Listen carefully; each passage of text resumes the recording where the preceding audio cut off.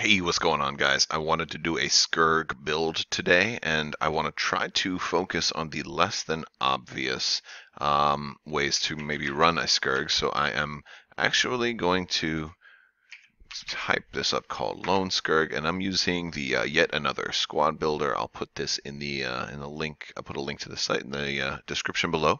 But the most obvious way that everybody's been talking about is how cool it is to use this expansion to drop a whole bunch of cluster mines and stuff in the enemy's face right at the beginning.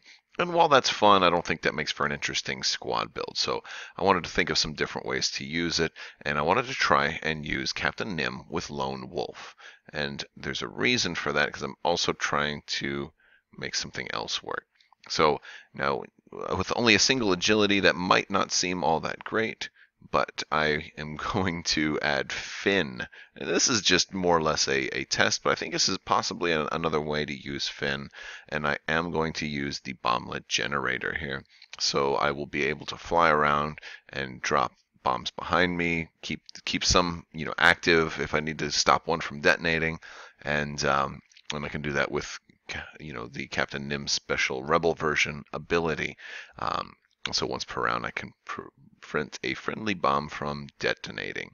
So now I don't want to use the title because then I would lose the crew and Finn slot, but I am going to add a stealth device. I don't know how long this will work, but I can potentially stay alive for a decent amount of time if I'm taking a focus as often as I can each turn. And and when I'm being attacked, hopefully I'll fly at somebody on one side of the board. I'll get attacked. I'll get an extra die. An extra blank. I can reroll. I can reroll a blank, and potentially get 3 or even 4 green dice with him if I'm at range 3. So it definitely may keep me alive for a little while. I think stealth device, this way with Finn also being able to reroll blanks, will help me absorb probably at least 2 or 3 hits that way. But we'll see. A stealth device might not be the best option. Finn may not be the best option. But this is a little bit of an experimental build here, and I think this is, Finn really only works with Rey, but I think this is another way to make it work. So you could argue that maybe C-3PO would be better, and I would understand that it definitely would be cheaper. But who are we going to pair this with? I am thinking another similar ship that's a small base ship, but has a lot of hull and potentially pretty tanky. And let's find a K-Wing and Miranda Doney. So now Miranda will give her the twin laser turret. All right, and let's think about doing some other bomb stuff with her. I kind of wanted to run Sabine over here. And one of the reasons why, if they're going to be separated, Sabine's ability works across the board. And gosh, I'm going right. I probably went right past her a couple of times, but there's so many crew out for this game. Like, this is what happens when a game just keeps growing and growing and getting bigger and bigger. And I know I just went past her like 3 or 4 times. It's been a long day, so there we go. All right, so I've got Sabine in there, and so now Sabine will be able to make these because she's not restricted by range. So um, this is just she'll work all the way across the board. Now the enemy ship has to be range of the particular bomb that goes off, but Sabine will be nice with the infinite bombs over here on the bomblet generator, and we're almost going to have infinite bombs over here on Miranda Doney. So we have some definitely interesting things we can do here. I'm going to put extra munitions, and I'm going to load this Miranda up with 6 bombs. I also want to give her extra shields too, right? Shield upgrade.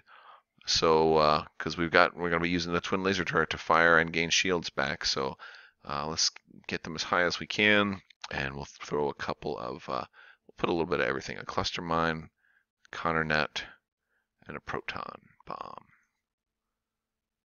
And so now, pretty much wherever she finds herself, she can take the action to drop one of these. Sabine's always going to be in play, and I can keep them on completely different sides of the board. Miranda can stay well away from anybody running Lone Wolf. She can slam if she needs to, and Captain Nim can just drop bombs every single turn. So we can do all kinds of stuff here, and this would be a fun list to fly. It may not be the most efficient. I think, you're only looking at one agility on each ship at its base. Although Nim's going to be able to roll, we're going to be way more defensive, and Miranda's just going to try to stay kind of out of their firing arcs and try to arc dodge a little bit and regenerate the shields that she loses. And I think she can definitely do that. So this is what I'm looking at. So let me know what you think of if are you really looking forward to running the Skurg's expansion kind of in the intended like scum role? Or are you going to run a rebel version? Are you going to really just try to play with what's the new system? Here, drawing a blank for us just a second. Here, it's the minefield mapper. Yeah, are you going to run minefield mapper and just and drop bombs in everybody's faces and just kind of go crazy with that?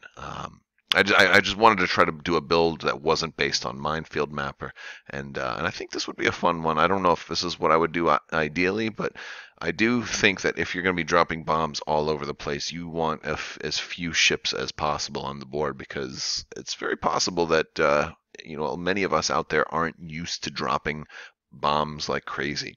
And so for your first run out there dropping bombs like crazy, you may very well find yourself hitting your own bombs. So, this way you're less likely to do that. And, hopefully you can navigate around them with relative ease. All right, guys, thank you guys so much for watching. If you haven't already, please be a subscriber. If you wanted to enter for the Ray giveaway, I'm giving away a Funko Pop Ray with Speeder, Star Wars Celebration exclusive. So all you have to do is be a subscriber and leave a comment on one of my videos to enter that. That will be announced after I hit 8,000 subscribers. Also, if you like this video, give it a thumbs up and let me know what you think. Thank you guys so much for watching, and have a great day.